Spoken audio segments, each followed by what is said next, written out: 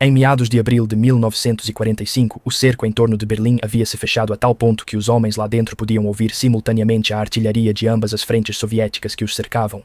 A leste, a primeira frente bielorrussa do Marechal Georgy Zhukov rompeu as colinas de Silo após 4 dias de combates que custaram ao Exército Vermelho mais de 30.000 mortos num só corredor de terra. Ao sul, a primeira frente ucraniana do Marechal Ivan Konev contornou o flanco da cidade pela Pomerânia e Brandemburgo, finalizando o cerco. Juntos lideravam mais de 2 milhões de homens, 6.000 tanques, 7.000 aeronaves e uma artilharia tão intensa que o bombardeio inicial fez o chão tremer a 80 quilômetros. O 9º Exército Alemão, que deveria ser a principal força de defesa a leste da cidade, foi cercado nas florestas de Halberstam e já estava sendo destruído. 20.000 homens tentavam romper as linhas soviéticas com tanques quase sem combustível, lutando em florestas densas onde as colunas de fuga perdiam a formação e deixavam feridos em postos logo invadidos pela infantaria soviética antes que as ambulâncias pudessem sair.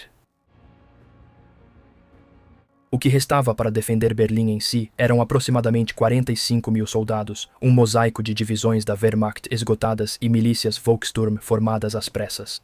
De homens, muito velhos ou jovens para o serviço convencional. Meninos da juventude hitlerista receberam Panzerfausts e instrução para atirar apenas quando os tanques soviéticos estivessem próximos. The commander of Berlin's defense. O general Helmut Weidling avaliou sua guarnição e logo percebeu que não tinha homens, munição ou tempo para defender uma cidade de 4 milhões de pessoas do que estava por vir. O que Weidling possuía, e que a história nunca explicou totalmente, era isso. Nos setores mais críticos da cidade, onde a pressão soviética seria maior e as batalhas mais longas e mortais, os defensores de Berlim não eram alemães. Eles eram noruegueses, dinamarqueses, suecos, franceses, letões, espanhóis e holandeses. Eram voluntários que cruzaram fronteiras para lutar em uma guerra que seus governos rejeitaram ou abandonaram. Que usavam a gola preta e as runas da Waffen-SS, que haviam lutado desde a costa do Báltico até a estepe ucraniana e chegaram às ruínas da capital alemã como o último lugar na terra que os aceitaria. Eles estavam, por todos os padrões, acabados. Suas divisões estavam reduzidas a batalhões, seus blindados restavam menos de 10 tanques, só tinham a munição que levavam e nenhum deles tinha um país para voltar. Os franceses eram homens procurados e os noruegueses considerados traidores pelo governo. Os letões lutavam por uma pátria já anexada pelos soviéticos. Os espanhóis haviam sido formalmente abandonados pelo regime de Franco, que estava cuidadosamente cultivando a boa vontade dos aliados, enquanto esses homens sangravam nas ruínas de Brandemburgo. Em diferentes idiomas e pontos de partida, todos chegaram à mesma conclusão. Não havia mais para onde ir, então eles lutaram. A 11ª Divisão SS Voluntária Panzer Grenadier Nordland recebeu ordens para defender Berlim em 16 de abril de 1945, na mesma manhã em que a artilharia de Zhukov iniciou o ataque às colinas de Silo. O momento não foi coincidência. O alto comando alemão sabia que, ao romper a linha de Silo, algo evidente para qualquer oficial, o caminho para Berlim se abriria em poucos dias. A Nordland foi designada para posições no sudeste da cidade, no arco de subúrbios de Treptow a Neukölln, até o aeroporto de Tempelhof. A divisão estava em combate contínuo há mais de um ano.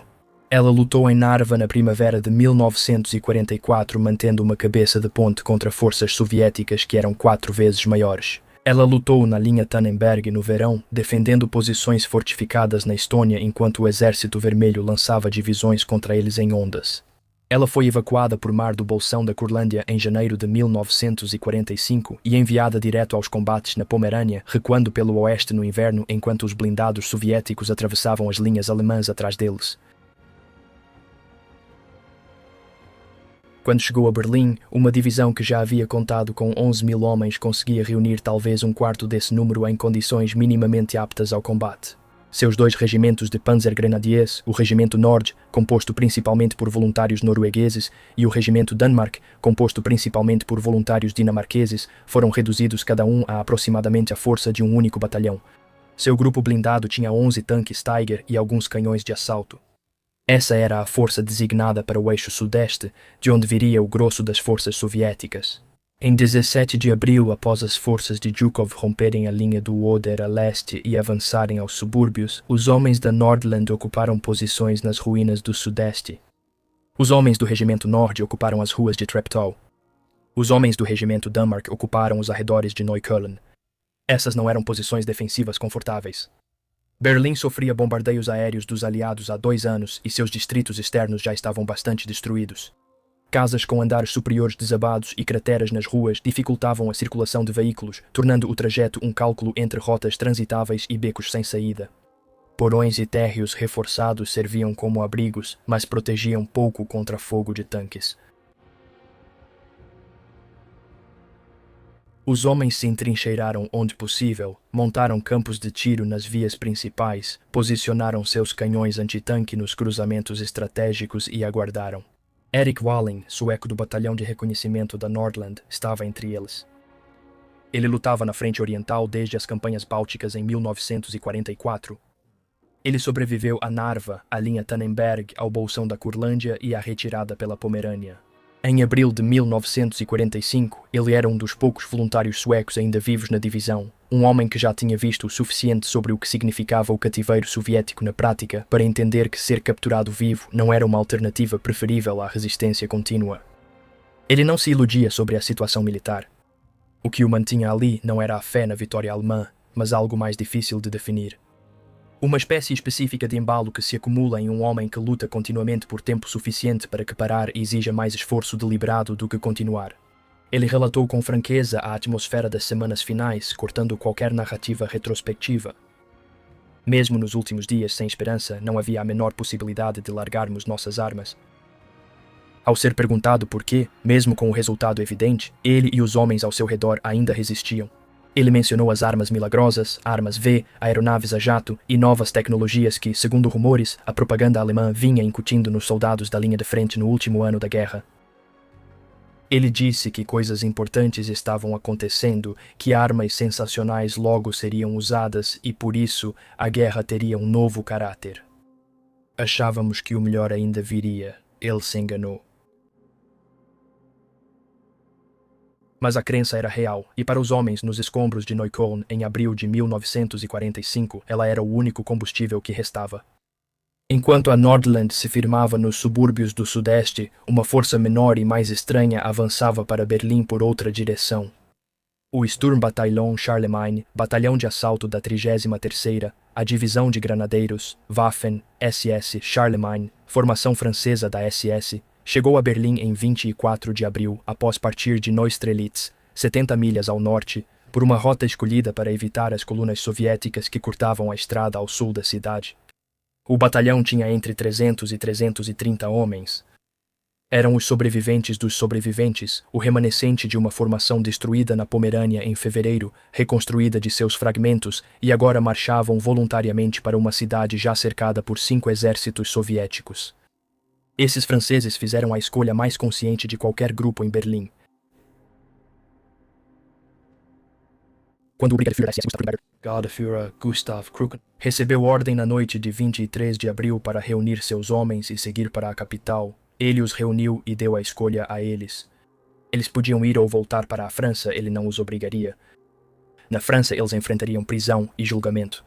O governo da libertação já havia deixado claro que servir em formações estrangeiras da SS constituía traição e as penalidades aplicadas eram severas.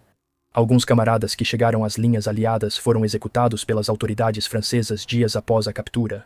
Mas um homem que escolheu marchar para Berlim com o cerco soviético já ao redor da cidade estava escolhendo algo cujo desfecho era igualmente certo. Aproximadamente 350 homens escolheram Berlim. O capelão divisionário francês, Conde Jean de Maille de Lupé, padre católico de 72 anos, serviu como oficial na Primeira Guerra Mundial e se juntou à LVF. A Legião de Voluntários Franceses contra o Bolchevismo, onde ele era capelão em 1941, proferiu um sermão antes de eles marcharem. Ele disse para aceitarem o fim como soldados e homens de fé. Ele tinha 72 anos, ele marchou com eles. Os 350 franceses atravessaram Berlim Ocidental até Berlim Oriental a pé, indo a uma cervejaria perto da Hermannplatz, em Kreuzberg, onde foram designados para seus postos. A cidade os surpreendeu na chegada. Após o caos nas estradas, cheias de refugiados rumo ao oeste, tropas recuando por todos os lados e o estrondo crescente da artilharia, o centro de Berlim estava quase silencioso. A população civil tinha se escondido, as ruas estavam vazias. O único som era o ribombar distante dos canhões soviéticos que bombardeavam os arredores da cidade sem parar desde 20 de abril, aniversário de Hitler. Os soldados franceses avançavam por ruas vazias de uma capital que não aceitava a derrota, atravessando escombros de prédios destruídos meses antes, até alcançar as posições junto aos homens de Nordland, no setor sudeste. Eles não eram os únicos estrangeiros no final. Contingentes menores entravam na cidade pelos poucos acessos ainda abertos, guiados pela mesma lógica dos franceses: não recuar era melhor do que recuar para o cativeiro. Integrantes da 15ª Divisão SS da Letônia que não participaram da marcha para o Elba estavam na cidade, lutando junto com a Nordland no distrito do governo. Nos últimos dias da batalha, voluntários espanhóis liderados pelo Hauptsturmführer da SS Miguel Esquerra, o remanescente dos veteranos da Divisão Azul que se recusaram a voltar para casa quando Franco mandou seus soldados de volta em 1943, chegou à cidade com 3 companhias de homens, aproximadamente 250 espanhóis que tecnicamente lutavam em desafio à política declarada de neutralidade do próprio governo. Existem relatos, apesar da documentação fragmentada, de britânicos presentes nas fases finais da batalha. Membros do Corpo Livre Britânico, pequena formação da SS recrutada entre prisioneiros de guerra britânicos, com relatos de estarem no distrito governamental enquanto o perímetro caía.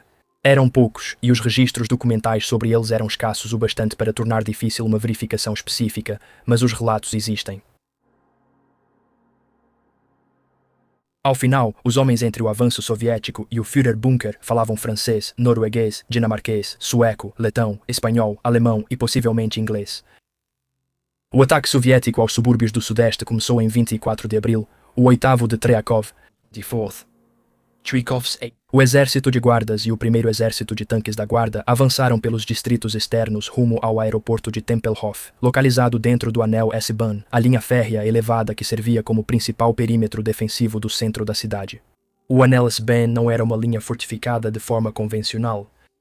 Era um aterro ferroviário com cobertura elevada, várias estações convertidas em pontos fortes e um limite psicológico onde os defensores achavam que deviam resistir, não importando o que ocorresse fora dele.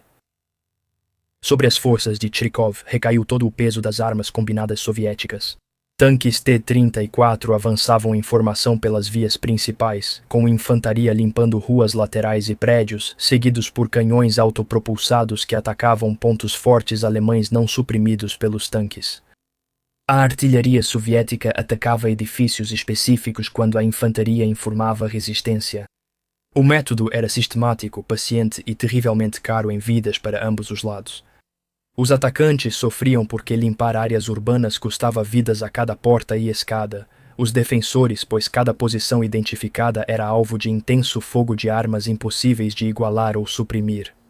Os homens de Nordland e o batalhão francês agregado lutaram com os recursos disponíveis. A principal arma antitanque disponível em quantidade era o Panzerfaust, um lançador descartável de tiro único sem recuo que disparava uma ogiva de carga oca capaz de penetrar a blindagem de qualquer tanque soviético em serviço. O Panzerfaust obrigava o atirador a esperar o tanque chegar a 30 a 50 metros antes de disparar. Perto o suficiente para sentir o calor do escapamento, perto o suficiente para que um erro ou uma falha deixasse ele exposto diante da tripulação do tanque soviético, que não precisaria de instruções sobre o que fazer em seguida. Os melhores em destruir tanques com Panzerfausts eram os que controlavam o instinto de atirar cedo, que sabiam esperar enquanto toneladas de blindagem soviética se aproximavam e entendiam que o ângulo e a distância do disparo definiam se a ogiva penetrava ou ricocheteava no glacis. Essa não era uma habilidade que podia ser ensinada em um quartel de treinamento. Era uma habilidade adquirida com a proximidade de blindados sob fogo, desenvolvida pelos homens da Nordland e da Charlemagne desde as campanhas do Báltico. Em 24 de abril, durante o avanço soviético ao Parque Treptow, o componente blindado da Nordland, com os últimos tanques Tiger do 11º Batalhão Panzer SS Hermann von Salza, lançou um contra-ataque sob o comando do SS Obersturmbannführer Kausch. Os tanques Tiger avançaram contra o avanço soviético em Treptow, enfrentando tanques T-34 e os mais pesados tanques soviéticos IS-2 Stalin nas ruas e nas proximidades do parque. Um tanque Tiger em uma rua da cidade era uma situação bem diferente de um Tiger em campo aberto. Seu canhão enfrentava blindados soviéticos a longas distâncias, onde eles tinham dificuldade de penetrar sua blindagem. Seu tamanho dificultava ser flanqueado em corredores urbanos. O contra-ataque de Kausch interrompeu temporariamente o avanço do 5º Exército de Choque, permitindo aos defensores reforçar a próxima linha de defesa. À tarde, a superioridade numérica soviética prevaleceu e os Tigres recuaram para Hermannplatz, reduzidos por falhas mecânicas e fogo antitanque, mas ainda operacionais. No mesmo dia, o oficial alemão Hans Geisendorf observava de uma posição ao sul, onde um grupo de combate com um batalhão reconstituído da Nordland havia sido incorporado a outra formação para defender uma vila ao sul da cidade. Ele registrou o que viu dos soldados dinamarqueses nessas posições. Os dinamarqueses do regimento Panzergrenadier 24 Danmark lutaram heroicamente, ele escreveu. Ele relatou que os homens, após tanto tempo em combate, tiveram sua resistência transformada. Não desesperados ou imprudentes, mas comedidos, por terem tido a opção de parar e decidido não fazê-lo. Os dinamarqueses descritos por Geisendorf eram homens que sabiam exatamente o que estavam fazendo e por quê, e que haviam feito uma escolha sobre isso que não poderia ser revertida naquele estágio avançado. 26 de abril foi o dia em que os franceses chegaram à sua primeira luta de verdade. O Sturmbataillon Charlemagne, após se posicionar em Hermannplatz e Neukölln, participou com a Nordland e tanques Tiger II do 11º Batalhão Panzer SS de um contra-ataque contra as forças soviéticas que entraram em Neukölln. O contra-ataque avançou por ruas que a infantaria soviética mantinha desde a noite anterior, lutando com o mesmo combate corpo a corpo de prédio em prédio e cômodo em cômodo, típico dos confrontos na cidade. Os franceses avançaram até cair em armadilha soviética. Tropas soviéticas capturaram um tanque Pantera alemão, um dos Panteras que havia sido abandonado quando quebrou durante a retirada, e o voltaram contra seus antigos donos. Soldados franceses avançando por uma rua de Neukölln foram alvo de tiros de algo que parecia um tanque alemão. A confusão foi breve, mas mortal. A coluna perdeu metade dos homens em Neukölln antes do fim do dia, franceses mortos em uma rua de Berlim pelo fogo de um tanque alemão tripulado por soviéticos, lutando por uma cidade que não era deles e por uma causa por cuja adesão seu próprio país já os havia condenado. Henri Fenet estava comandando o batalhão. Ele tinha 25 anos, ex-estudante de literatura na Universidade de Paris. Entrou no exército francês no início da guerra, foi ferido 2 vezes, recebeu a Croix de Guerre e depois fez várias escolhas. Armistício de Vichy, exército, milícia, Waffen-SS, treinamento de oficiais em Bad Tölz. Isso o fez liderar o que restava da formação militar mais polêmica da França em um subúrbio destruído de Berlim. Ele não era fanático, não estava além da razão. Ele era um homem que, após uma decisão em 1943, entrou em uma trajetória sem saída satisfatória, organizando suas opções em torno da única estrutura coerente disponível. Ele liderou. Seus homens o seguiram. Quando o contra-ataque de Neukölln parou, ele reuniu os sobreviventes, recuou para a prefeitura e formou nova posição defensiva. Ele continuou comandando apesar de um ferimento no pé que havia sido tratado de forma inadequada e que piorou nos dias seguintes. Naquela noite, os franceses que sobreviveram em Neukölln mantiveram-se na prefeitura e prédios vizinhos, usando escombros e veículos destruídos como cobertura. A artilharia soviética bombardeou o distrito a noite inteira, atingindo diretamente prédios próximos à prefeitura. Homens nos andares superiores foram soterrados ao desabarem os tetos. Os feridos foram levados aos porões e tratados com os poucos suprimentos médicos restantes. Bandagens, morfina escassa e a certeza de que a evacuação era impossível.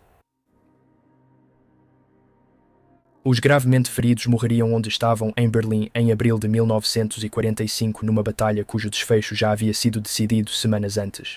Enquanto Nordland e Charlemagne lutavam no sudeste, os letões da cidade faziam seus próprios cálculos, chegando a uma resposta diferente da dos franceses e escandinavos. A 15ª Divisão de Granadeiros da Waffen-SS, primeira Divisão Letã, recebeu ordens para ir a Berlim nas semanas anteriores. Ela recuou pela Pomerânia com cerca de 8.000 homens realizando ações de retaguarda enquanto os soviéticos ultrapassavam e contornavam as tropas alemãs em todas as rotas para o nordeste da cidade.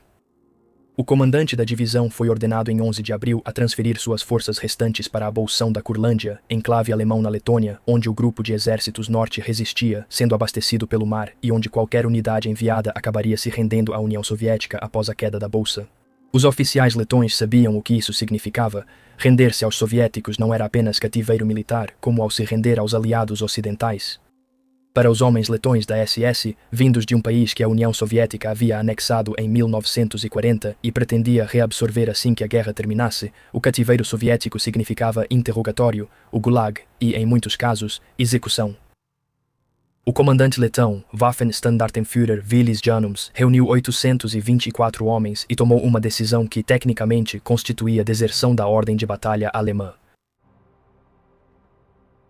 Eles não iriam à Curlândia. Marchariam para o oeste rumo ao rio Elba para se render aos americanos. Outros letões que não queriam desobedecer aos alemães nem ir para o cativeiro soviético foram para Berlim e lutaram nos últimos dias da batalha.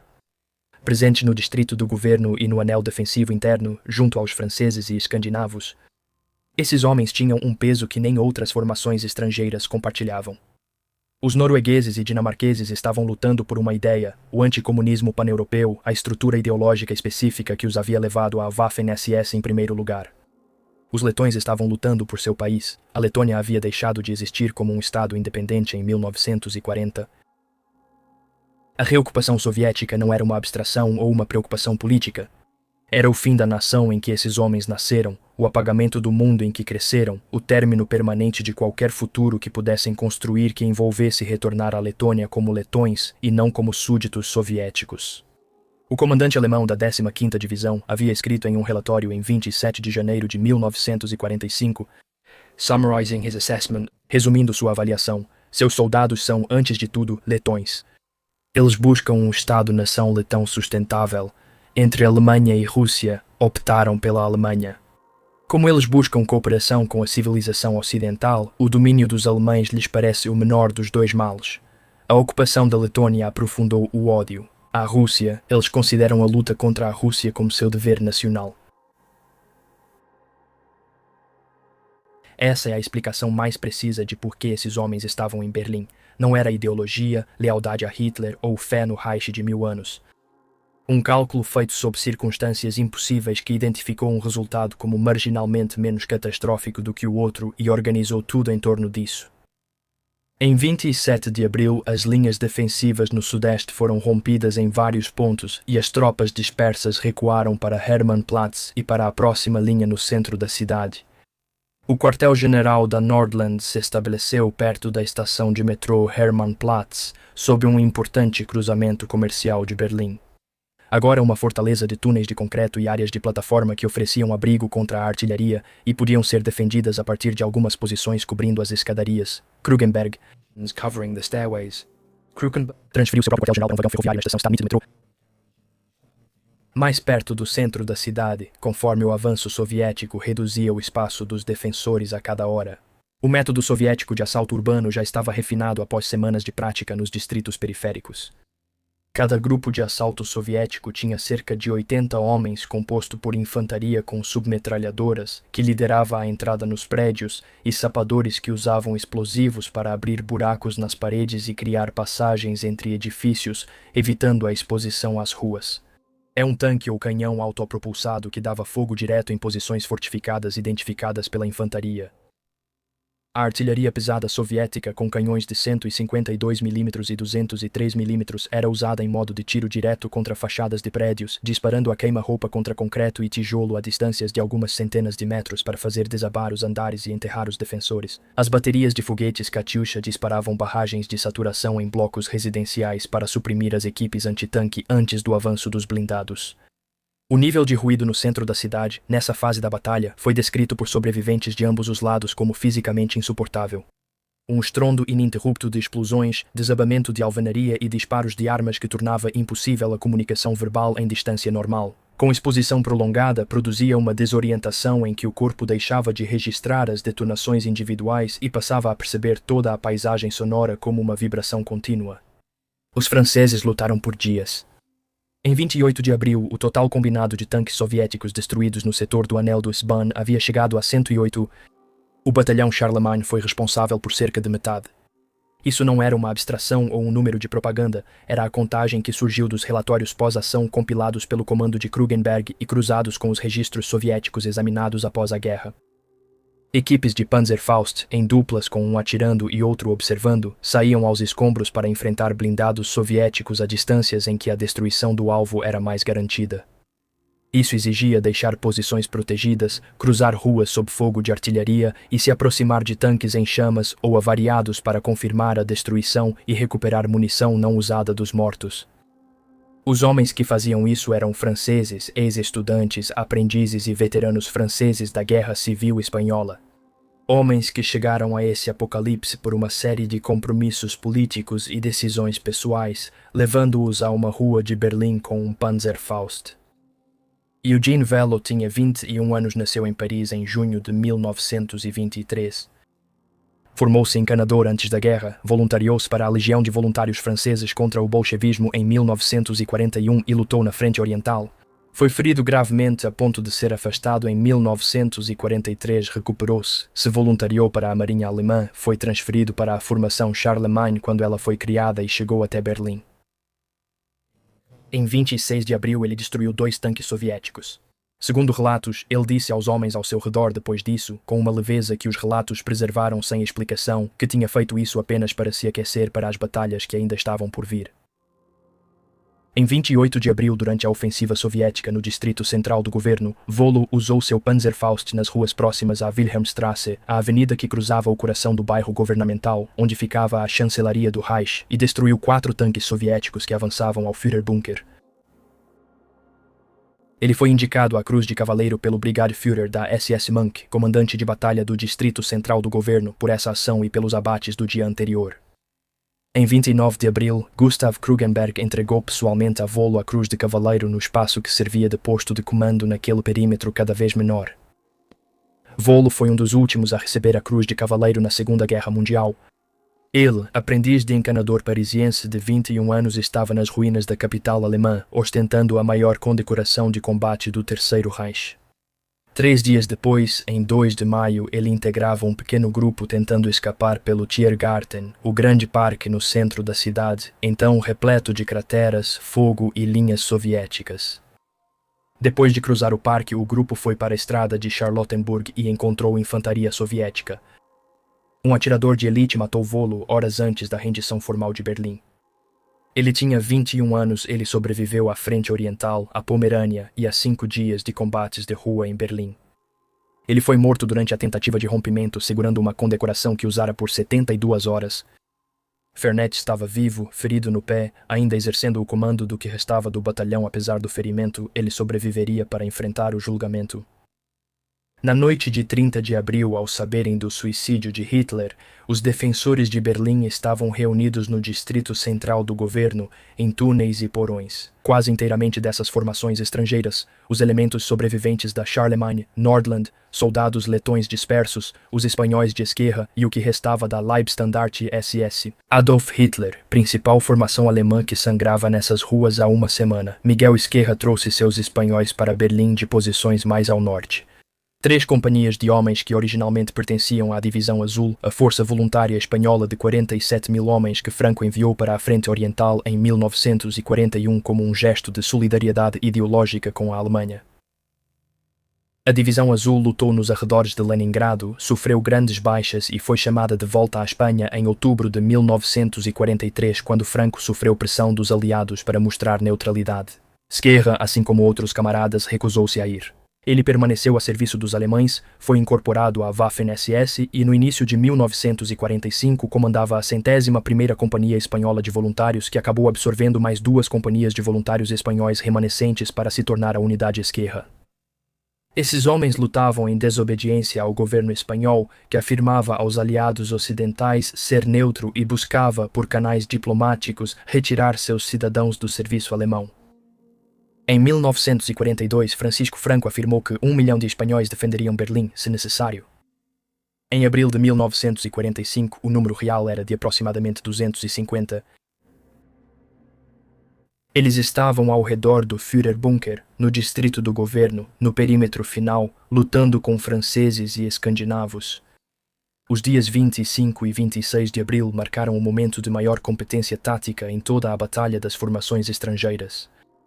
Enquanto a Nordland recuava de Hermannplatz para o distrito do governo, seus soldados, entre eles jovens da juventude hitlerista que haviam sido incorporados às suas unidades, rapazes de 15 e 16 anos armados com Panzerfaust e integrados às posições defensivas, enfrentaram vários combates no trajeto. Estradas destruíram blindados soviéticos mais rápido que o esperado pelos atacantes.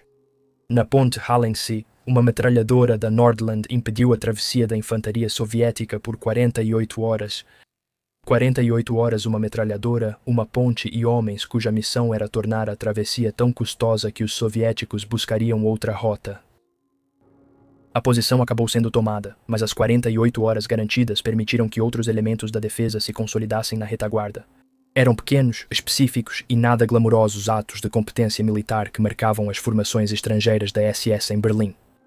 Não eram resistências heroicas no sentido cinematográfico, mas sim trabalhos defensivos profissionais realizados no limite do que era fisicamente possível por homens que não tinham nada a ganhar ao continuar, exceto o simples fato de continuar. A questão do porquê não possui resposta única. Para os escandinavos era uma junção de ideologia, o contexto pan-europeu anticomunista que os levou à Waffen-SS e a realidade de que voltar para casa poderia significar prisão, detenção ou até execução. Voluntários noruegueses e dinamarqueses da Waffen-SS eram acusados de traição. 28.750 noruegueses foram presos no período da libertação. 37 pessoas foram executadas. Os homens em Berlim com o Regiment Nord e o Regiment Denmark sabiam disso. Voltar para casa não era melhor do que ficar e lutar. Para os franceses, o cálculo era parecido, com detalhes próprios. Fournier foi condenado a 20 anos de trabalhos forçados. Vollard morreu no Tiergarten antes da questão se tornar relevante. Para os letões era o cálculo mais puro. O cativeiro soviético significava gulag e muitas vezes morte. A opção ocidental, o Elba. Os americanos, valia a pena morrer por ela, pois era a última forma de sobrevivência. Para os espanhóis era a mais complexa. Homens abandonados pelo próprio governo, lutando contra a política oficial espanhola, para quem a guerra deixou de ser sobre a sobrevivência da Alemanha e passou a ser sobre recusar que a luta da guerra civil espanhola fosse encerrada por um chefe de Estado que decidiu que a aritmética tinha mudado. Existe um aspecto espiritual nas ações desses homens que o registro militar não consegue captar por completo. Cartas, diários e relatos do pós-guerra dos sobreviventes descrevem, de forma consistente, um estado de espírito que não é bem representado por coragem nem equivale à imprudência. Sverre Hid, um norueguês servindo no Regimento Nord, escreveu para seu irmão e irmã em abril de 1945, pouco antes de ser morto em combate: "Não pode haver morte melhor do que morrer pela própria casa, pela pátria e por tudo aquilo que se ama." Ele era norueguês, vestindo uniforme alemão em cidade alemã, por uma causa alemã que seu país se opôs desde o início. Sua casa e pátria não eram a Alemanha. Eram uma ideia, uma visão do que a Europa deveria ser, do que alternativas à dominação soviética significavam e do que os homens com quem ele lutou representavam uns para os outros, não necessariamente para governos ou nações. A ideologia envolvida era profundamente comprometida e, em muitos pontos, monstruosa. Mas o apego uns aos outros, a recusa em partir enquanto outros permaneciam, o peso específico de ter estado na mesma trincheira com os mesmos homens por tempo suficiente para que a sobrevivência deles fosse indistinguível da sua própria. Esses são fenômenos reais, documentados em toda a história militar, de todos os lados de todas as guerras, e estavam presentes nos escombros de Berlim em abril de 1945 com a mesma intensidade com que já estiveram presentes em qualquer outro lugar. Em 30 de abril, quando Adolf Hitler atirou na cabeça no Führerbunker e Eva Braun tomou cianeto ao lado dele, o perímetro do distrito governamental já era medido em quarteirões, não mais em milhas. A chancelaria estava sob fogo direto de artilharia. O Reichstag, ao noroeste, era atacado por tropas soviéticas que lutavam no prédio, andar por andar, desde 28 de abril. A força de Monke, no distrito governamental, composta por 2.000 homens no início da batalha interna, foi reduzida a uma fração desse total. Os soldados sobreviventes da Nordland haviam sido incorporados à defesa central e estavam lutando em posições indistinguíveis das da Leibstandarte, ou da Charlemagne, ou dos elementos letões, ou dos espanhóis de Esker. As distinções nacionais que separavam esses homens foram dissolvidas pela compressão do perímetro em uma única massa de defensores, conectados só pela proximidade e pela impossibilidade de ir a qualquer lugar que não estivesse também sob fogo soviético.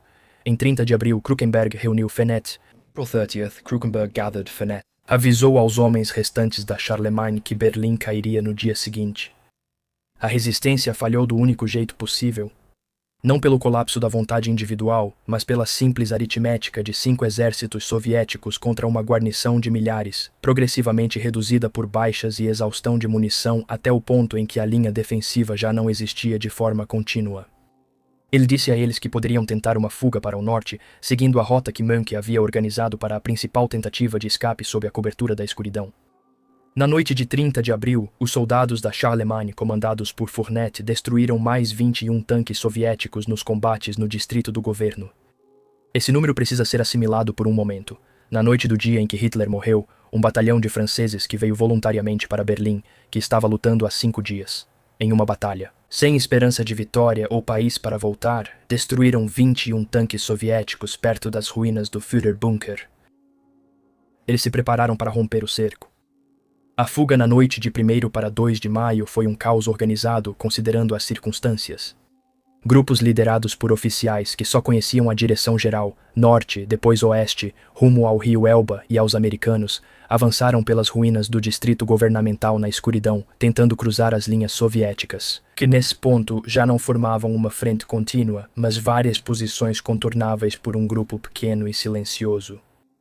Wallin e Persson, os 2 soldados suecos do batalhão de reconhecimento da Nordland, criaram um plano próprio. Eles conseguiram roupas civis e documentos de refugiados italianos, além de roupas que reforçassem a imagem de homens deslocados pela guerra, não de soldados fugindo da captura. Com esse disfarce, passaram por 2 postos soviéticos, chegaram ao rio Elba, atravessaram de balsa para o território britânico na margem oeste. Foi, sob qualquer critério, uma fuga notável. 2 soldados suecos da Waffen-SS, disfarçados de refugiados italianos, atravessaram as linhas soviéticas nas ruínas de Berlim e sobreviveram, ao contrário de dezenas de milhares que não conseguiram escapar. A maioria dos que tentou escapar não conseguiu. As linhas soviéticas ao redor da cidade não permitiam a passagem de grupos militares organizados à noite. Vários soldados morreram nos primeiros minutos da tentativa. Outros foram capturados em poucas horas. Soldados franceses capturados pelos soviéticos foram levados a campos e depois entregues às autoridades francesas. 12 dos franceses capturados foram entregues a tribunais militares franceses e executados sem processos legais prolongados nos dias imediatamente após a captura. Fournet foi entregue aos soviéticos, tratado em um hospital por um ferimento no pé e depois levado a um campo de prisioneiros de guerra. Após a guerra, com campos sendo dissolvidos e listas de prisioneiros transferidas entre administrações, a gestão soviética sobrecarregada lidava com grande volume de pessoas, e o campo para o qual Fournet estava sendo levado já tinha sido transferido. Sua escolta chegou a uma instalação vazia e, sem saber o que fazer, o deixou ir. Ele retornou à França por conta própria, foi preso e condenado a 20 anos de trabalhos forçados. Após 10 anos, abriu uma oficina de conserto de carros em Paris. Ele faleceu em 14 de setembro de 2002 aos 83 anos. Os letões que marcharam ao Elba sob Januns nem todos escaparam ilesos. Os 824 homens que se renderam às tropas americanas em Guteglück, perto do Elba, em 27 de abril, aqueles que desobedeceram à ordem alemã de ir para a Curlândia e caminharam para o oeste, foram os sortudos. Outros membros da 15ª Divisão que tentaram alcançar as linhas americanas foram capturados pelos soviéticos durante a retirada pela Pomerânia. Cerca de 3.000 homens de vários batalhões foram capturados pelos soviéticos e levados para campos de filtragem. Alguns foram executados como membros da SS, os demais foram enviados ao Gulag. Cerca de 50.000 soldados letões foram feitos prisioneiros de guerra pelos soviéticos em todas as formações. Veteranos sobreviventes da Legião Letã que chegaram ao Ocidente seguiram lutando contra o domínio soviético na Letônia, como os Irmãos da Floresta, partisãs armados que resistiram à ocupação soviética por até 10 anos após o fim da guerra. Um homem que havia lutado na linha de Tannenberg em 1944 e em Berlim em abril de 1945 poderia ainda estar carregando uma arma nas florestas da Letônia em 1952. Espanhóis capturados foram enviados a campos soviéticos. A União Soviética e a Espanha de Franco não mantinham relações diplomáticas devido à Guerra Civil Espanhola, quando os soviéticos apoiaram a República derrotada pelos nacionalistas de Franco. Sem relações diplomáticas, não havia mecanismo para repatriação.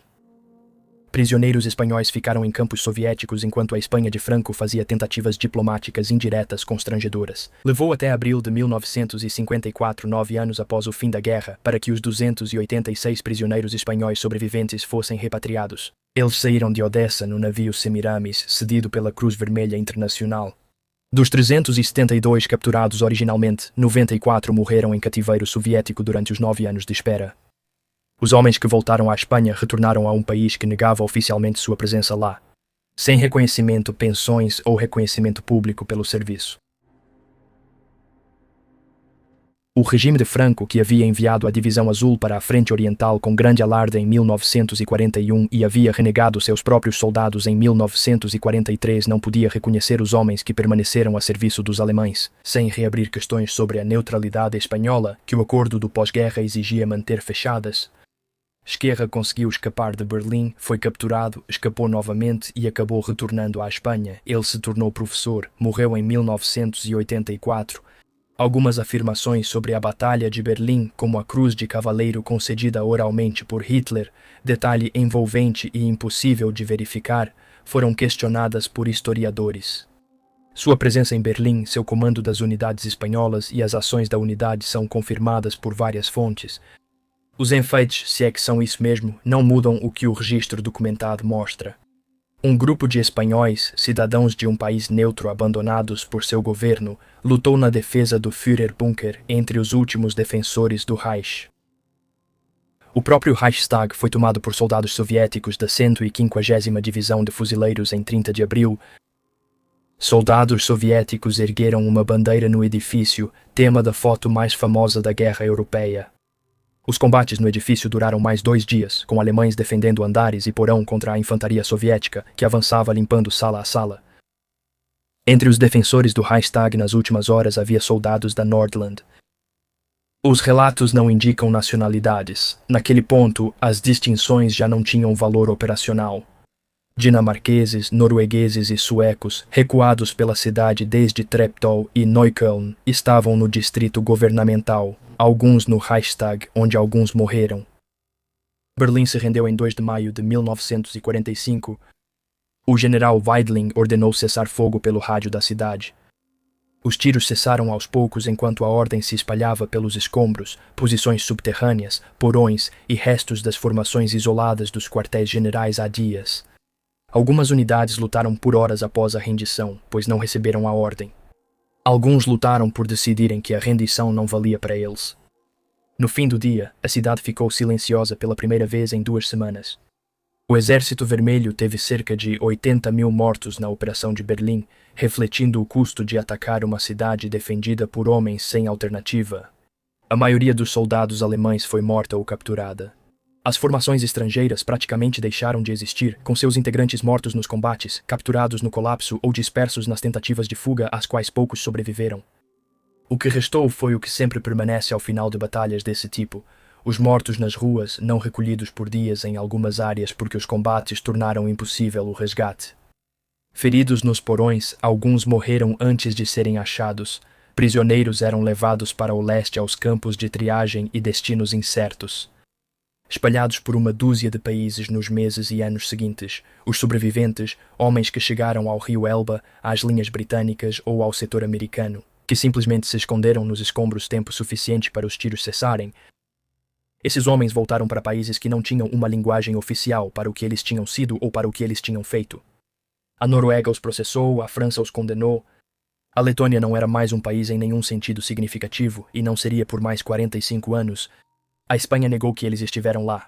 A Suécia observou silenciosamente enquanto alguns de seus cidadãos voltavam para casa e não disse nada. A história dos defensores de Berlim foi moldada pelo que o pós-guerra considerou conveniente. Veteranos alemães podem ser vistos com o tempo como soldados que lutaram por uma causa ruim, mas ainda assim foram soldados. As formações estrangeiras representavam um problema diferente. Eram traidores e colaboradores aos olhos de seus países, e a solução mais simples era o silêncio. Associações de veteranos franceses formadas após a guerra se reuniam em pequenas salas no interior, sem celebrar vitória ou derrota honrosa. Mas só o fato de estarem lá, fazerem uma escolha e viverem suas consequências. Os veteranos escandinavos viveram tranquilamente na Suécia, nos Estados Unidos e outros países, sem revelar suas ações, pois sabiam que a linguagem pública não descreveria adequadamente sua participação, evitando cair em caricaturas de qualquer lado. Erik Wallin, sueco que fugiu de Berlim com roupas italianas e cruzou o rio Elba em uma balsa, escreveu seu relato em sueco e o publicou em Buenos Aires logo após a guerra, onde a distância da Europa permitiu a publicação. É um livro sem desculpas e sem autoencenação, descrevendo como era ser um soldado estrangeiro em uma divisão alemã nos meses finais da Frente Oriental. Ele não era um monstro, ele não era um herói.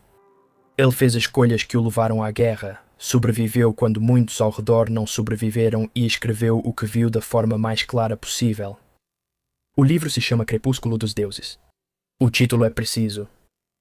Isso foi o fim de algo, não o começo de uma nova ordem, não a defesa de uma civilização, mas as horas finais de um mundo específico que havia se organizado em torno de ideias que já estavam fracassando. Quando esses homens se comprometeram com elas, elas já tinham se esgotado quando eles morreram por elas nas ruas de uma cidade em chamas. O último soldado estrangeiro com morte confirmada em Berlim a serviço da Waffen-SS foi Eugene Vollo, na manhã de 2 de maio de 1945, poucas horas antes do cessar-fogo. Ele atravessou o Tiergarten à noite com um grupo tentando escapar, chegou a Charlottenburg Road e foi baleado por um atirador soviético. Ele recebeu a Cruz de Cavaleiro 3 dias antes. Ele tinha 21 anos, era encanador de Paris. Ele morreu nas últimas horas da batalha à qual chegou voluntariamente, pela qual seu país o condenou e seu governo executaria 12 de seus companheiros por terem participado dela. Ele foi o último. Depois dele, o silêncio, aquele silêncio típico das batalhas que a história ainda não definiu como registrar.